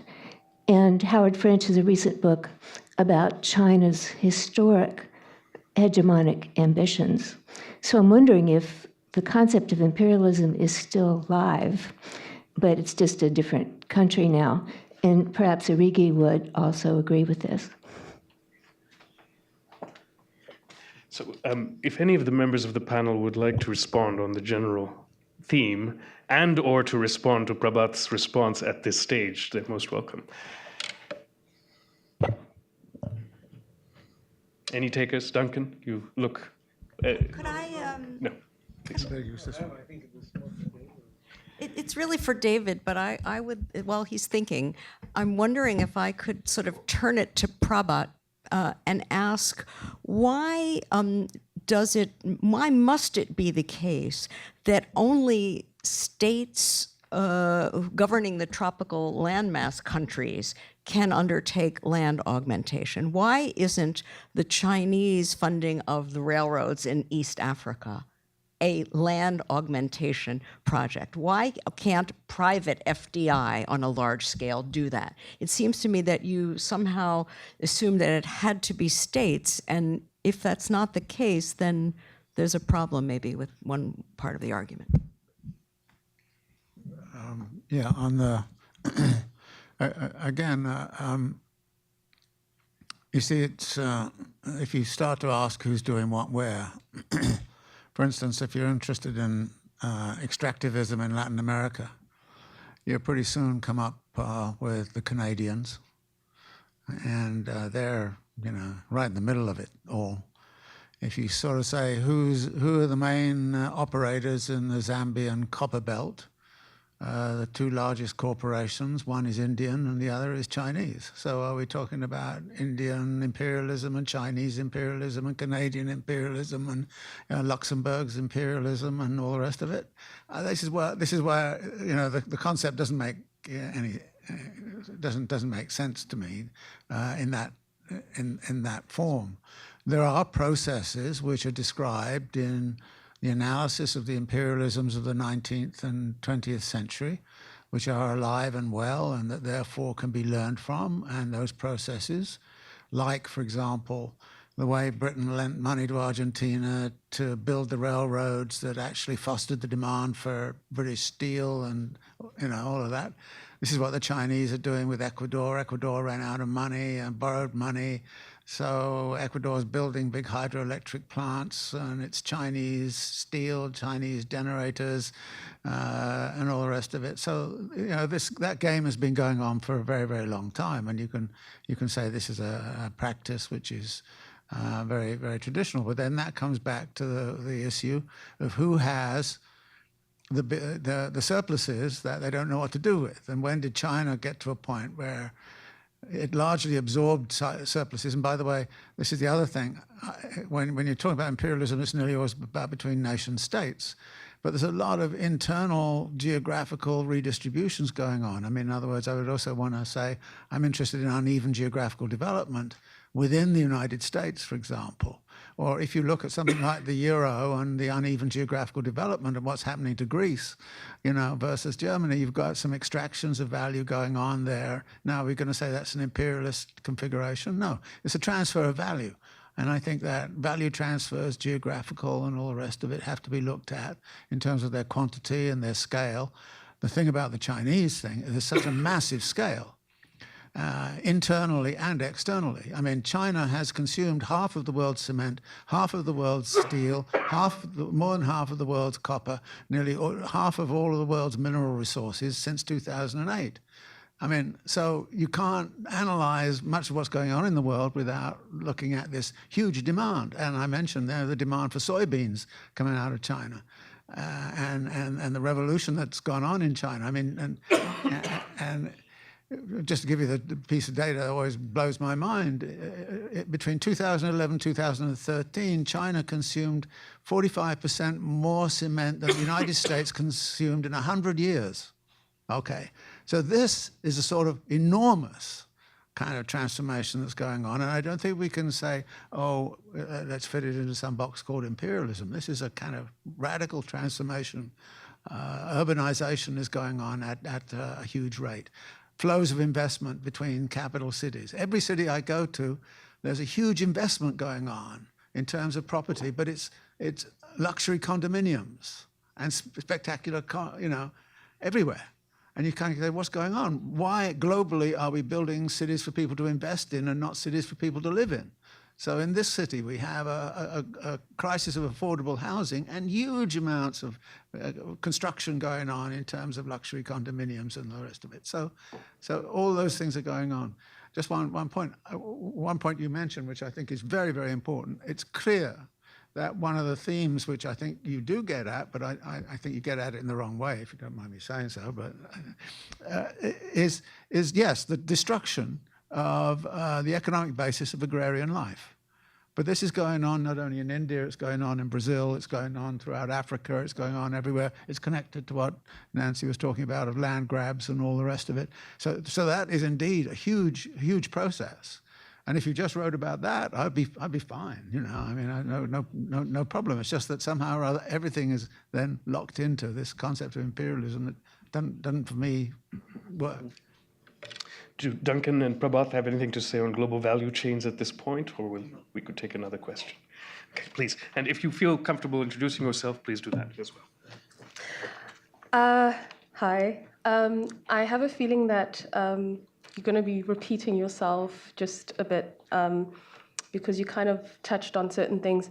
In your critique of imperialism, now at least, I haven't heard how you define it. I think Nancy Fraser did, but like, how do you define it? Just so I understand it. Harvey. How Harvey would define it. Because my sense is that from what you're saying is that it was never a relevant concept, or it never was a relevant concept. No, it was a relevant concept in the 19th century. It was a relevant concept certainly up until around 1970. Okay, so my thing is just so I understand and how you contrast it from what Prabhat is developing, what is it? It was alive at a particular time. Why did it die? If I may, could we have a couple of questions, maybe even three, since we don't have so much time? We'll take them together. Thank you. Thank you very much, professors, for coming here. I have a question for Professor Patnaik. As a student, I found your second book, idea of imperialism, a bit confusing if I put it in perspective with the other book you wrote, The Value of Money. Where in the first book, The Value of Money, the central aspect of it is how the monetarist tradition sees the value, the determination of the value of money from the supply and demand side, whereas the superiority, as you explain it, of what you call the propertist tradition, Marx, Keynes, and Kalecki, comes from the fact that the value of money is determined from outside of the realm of supply and demand. So money wage for Keynes and the conditions of production for Marx, for instance. And you say that the incompleteness of propertyism is the fact that these thinkers, i.e. Marx, Keynes, and Kalecki, considered capitalism as a closed system. And they were not able to explain how was it possible for capitalism to remain sustainable in the long term, i.e. having an adequate rate of profit, and so on and so forth. And here you introduce the concept of the reserve army of labor and of imperialism. And from this aspect, I found your explanation very much, I would say, compelling and convincing. However, in your second book, by focusing on tropical lands and tropical products, it makes a bit the argument confusing, where we don't really know what is the core aspect of imperialism. And as your answer to David Harvey's comment might suggest, you say that the main element of your argument is not tropical lands, but the increasing supply price, which is related to the value of money. So I was wondering if you could explain why in the second book you really focused on this aspect. Thank you. Yes, I must say I found David Harvey's argument very convincing and very important, even if your argument is completely correct and accurate. I mean, this is, to me, another example of just how profoundly we have to rethink the concepts of the left. And there's a lot of other concepts. If you had asked me at the beginning, I would have said, yeah, of course the concept of imperialism is still relevant. But no, I find that it is not relevant. And I think there are a lot of other concepts that are linked to it. North-South distinctions, for example, that we take for granted, that we really have to rethink. And I was struck also by, in relationship to David Harvey's point, I was struck by Duncan's point. I was thinking about Duncan's point. All of the decimated cities and the decimated working classes, where are they? They're in the old centers of imperialism, which are France, Britain, and then in another sense, the United States. They're not really in Germany, and the European South is something else. What is a world picture look like that makes sense, that includes these, what has happened to so many people in these countries, is the fantastic advance of a large number of middle-class people in China. I think. You make a question. I think it's not a question; it's a comment. In China and in India, and let me just end also from an anecdote from the Financial Times. I just read, I think it was yesterday, that it's the Chinese consumer that drives the global luxury market. That's sort of an amazing fact. And when we think in terms of how we thought about the left 50 years ago or 100 years ago, we need some new concepts. Now, I feel bad to burden any member of the panel with 7 questions. There's one more from Akil Bilgrami. But there's very little time. So if you don't mind, we'll burden you with 7 questions. 3 more here, and Akil, but I have to ask all of you to be very, very short so we can at least hear from the panelists a tiny response to the key points that you make. Thank you. Okay, so I'll try to do this in the most compact fashion possible, which is, it strikes me that another way of framing this disagreement is not just about the relevance of imperialism, but its usefulness as a critical category for sort of opening up our understanding of political possibilities and solidarities. So it was certainly the case in the 19th century that imperialism was a useful critical category for organizing political solidarities across much of what is now the post-colonial world along the lines of nationalist movements. And I would wonder whether any of the panelists would like to comment on sort of the usefulness of or not usefulness of the category in relation to where they see the possibilities for large-scale political solidarities in the present. So if imperialism is still a useful category, are those political solidarities still going to be organized along kind of national anti-imperialist lines? And if not, then what do they look like? Yeah, I'll leave it at that. This is another one in the category of what's the use of imperialism theory. When we talk about imperialism theory, classically, we talk about 2 clusters of Marxist ideas, right? Like, the first one is the kind of Luxemburg-Lenin thing about how capitalism produces too much surplus to be reinvested in the system, so the system has to open up new markets in the global periphery. And that, from my reading anyway, and I'm just a student, so I don't know anything, but like from reading people like Robert Allen and Ha-Joon Chung and the dependency theorists, it seems like that theory is just ass backwards. Like, what actually happened up through the 19th and 20th century was the opposite, that raw materials were extracted from the colonial periphery rather than consumer markets being created there.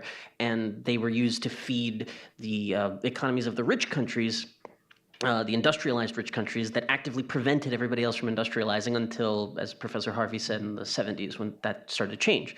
The other kind of cluster of ideas starting around, like, I don't know, the 70s is like the United States is the big hegemonic imperial power and anybody who opposes the United States is anti-imperialist. This is more like a vulgar activist thing that you see a lot of, and obviously the thing that it opens up to is like, well, okay, but then anybody who opposes the United States is progressive. My question is, given the, I think, pretty transparent bankruptcy to me of both of those clusters of ideas, and I hope I'm not caricaturing them, my question is, what would a theory of imperialism that works actually look like? Is it a theory of power politics? Is it a theory of why big countries bully little ones? Does it have to always have primarily economic motives? Or could you have a Marxist theory of imperialism that includes the state? What would we want in a theory of imperialism that would make it useful? Thank you.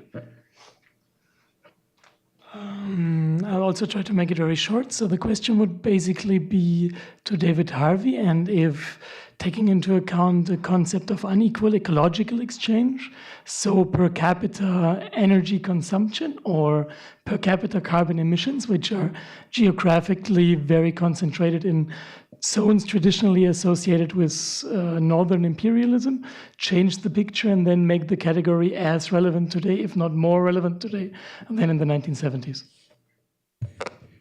You know, I wonder if I can use a remark of Nancy's to bring some clarity to what I found unclear in the exchange between David and Prabhat. The tendency of David's comments were to point to a whole range of bad things going on, which he wanted to account for by something more complicated than was on offer from Prabhat. And I just want to know if Prabhat wants to assent to the claim that his view is that all bad things are the same bad thing today, which is imperialism. I didn't get the impression that he has any reason to assent to that. But what I do think a remark of Nancy's does to bring clarity to the seeming dispute here between David and Prabhat is that Nancy put it as follows. She said, is it the case that imperialism is a necessary element of capitalism through history? And that's perfectly, I mean, it's perfectly possible for it to be a necessity for capitalism without it being the case that all the other bad things that David rightly points to is the same bad thing and flows from imperialism. So the question of is this the form of stress on the petty production, peasantry, etc., and what happens to them, is that an absolutely necessary aspect of capitalism through history to the present day? That would be sufficient to saying it's a bad thing that abides and imperialism therefore is relevant without it being the case that all the things that David rightly points to is the same bad thing that must flow from imperialism. Thanks. Thank you, Akil. I was just reminded, since Aryan mentioned at the beginning that Akil is the Sidney Morgenbesser Professor of Philosophy, that Sidney Morgenbesser has a two-part article, each part of which is incredibly lengthy, on the concept of imperialism in Philosophy and Public Affairs from the early 1970s. Because of the Vietnam War, there was a huge interest in the question. And I've actually tried to read these articles. Sidney Morgenbesser was famous for his quips, many of which were one or even two words. Two or even one word in them. But this is an example of the other side of Sidney Morgenbesser, extremely prolix, but not unnecessarily so, because he thought that the concept of imperialism was, as they say these days, complicated. So we have very little time. We have 4 or 5 minutes, depending on how one counts, and there have been many, many questions. So we can prey on the patience of the audience in case they want to stay an extra 3 or 4 minutes, but I don't think we can do more than that. So please try and be as concise as possible, and maybe we can proceed in exactly the same order as we Well, started. I'm gonna disappoint the question askers because I really just want to comment on something that Nancy said that really I thought brought things into one set of issues into sharp perspective. When she said that capitalism has a hard time internalizing the costs of reproduction of labor. And I think it's really important to understand that's what the social welfare, what the welfare state does. And the exact questions that you asked about that are, in my view, behind the crisis of the welfare state and the crisis of traditional left-wing politics in Europe. And it makes me very dubious that the tide of populism can be pushed back, as the current journalistic phrase is. And it also throws a little light on that this is a kind of a last stand of the European working class that we're seeing. And if you expect, and of the American the parts of the American working class that are still functioning, and if you expect these people to conduct this class struggle in a politically correct fashion, I think we're also off the reality channel. Just going down the line. Well, there were so many rich questions, and I do think there's a possibility that some of this is semantic, and it's really a question of what we mean by this term imperialism. I think David is defining it very narrowly as a leading nation state, right? Either mainly through direct political rule, if I understand you, commandeering resources from subject peoples. I, like Prabhat, am assuming that imperialism continues, these kinds of coercive transfers continue long after direct political rule is gone. And I think they still continue even in the best period that you discuss in some form or another. The only other point I wanted to respond to, and I'm just choosing since there's so little time, was to Aaron Jakes, and that is about the usefulness of the category for organizing political solidarities. And I want to suggest that I think the categories that I offered as a way of sort of unpacking some of this, the relationship between exploitation and expropriation, is an extremely useful category. In a world where those things were apparently separated from one another, it was very easy to pit one population against another. If it's the case, as I suspect, that there's a much closer entwinement of these two mechanisms of extraction and predation, let's say, and the populations are not as neatly separated. To me, that opens up lots of possibilities for solidarity. And then I guess I have to say one word, at the risk of scandalizing the audience, to Duncan. I myself, and I wholeheartedly agree with your analysis, but for this reason, I am in the much abhorred camp of the ni banquier, ni facho. Macron or whoever it is not the answer to Le Pen for exactly the reasons that you suggested. Sorry. Yeah, I think the problems for me derive not from imperialism but from capitalism. So my foundational concept is capital. Capital is value in motion. Its motion is terribly important to understand. Its motion is a spiral. It's constantly expanding geographically and temporally. And in the process, it absorbs many parts of the world into its net and does it differentially. When Marx was writing, capital social relations were dominated in only a very small part of the world. It's now global. So this is a different story we're in. The period of imperialism in the classic sense that Nancy says that I hold was that one which was in the middle of the 19th century.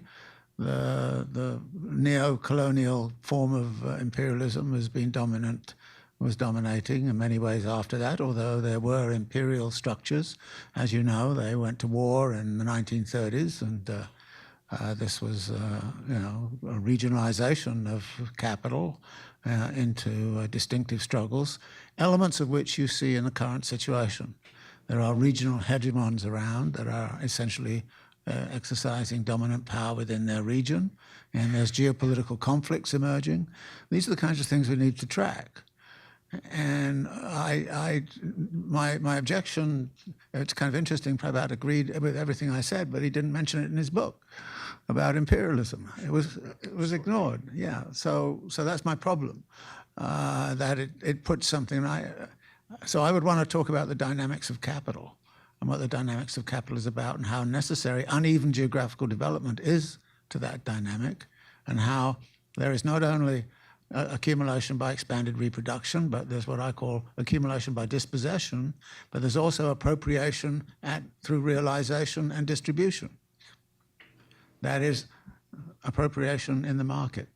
And that is a terribly important category that Marx didn't really get to. We've got to change a lot of our categories to deal with this situation, even as we base what we're doing very much in Marx's theory of capital. That's the way I tend to look at it.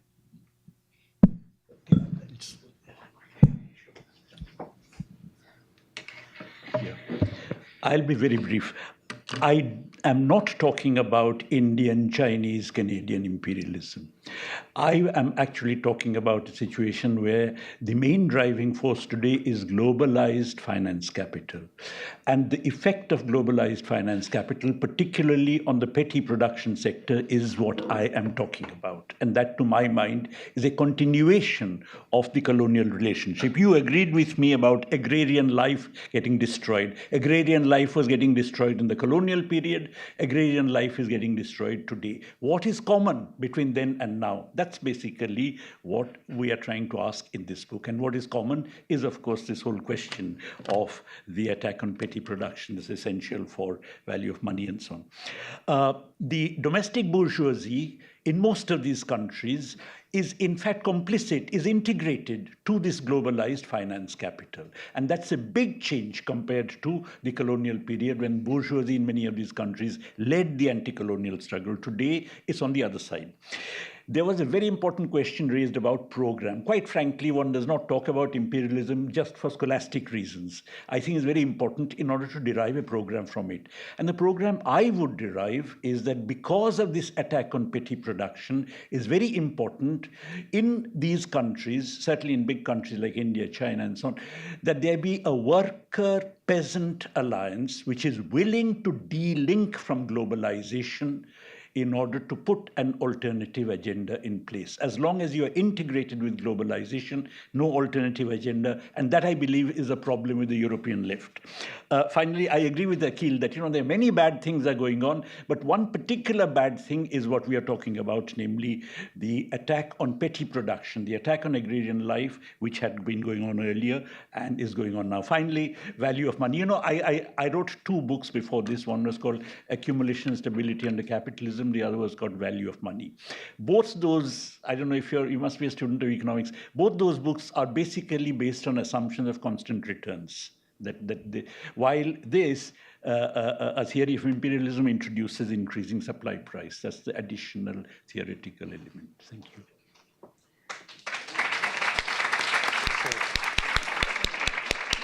Thank you all for coming, and thanks to Arian Mack and the Center for Public Scholarship for making this event possible. And to our panelists.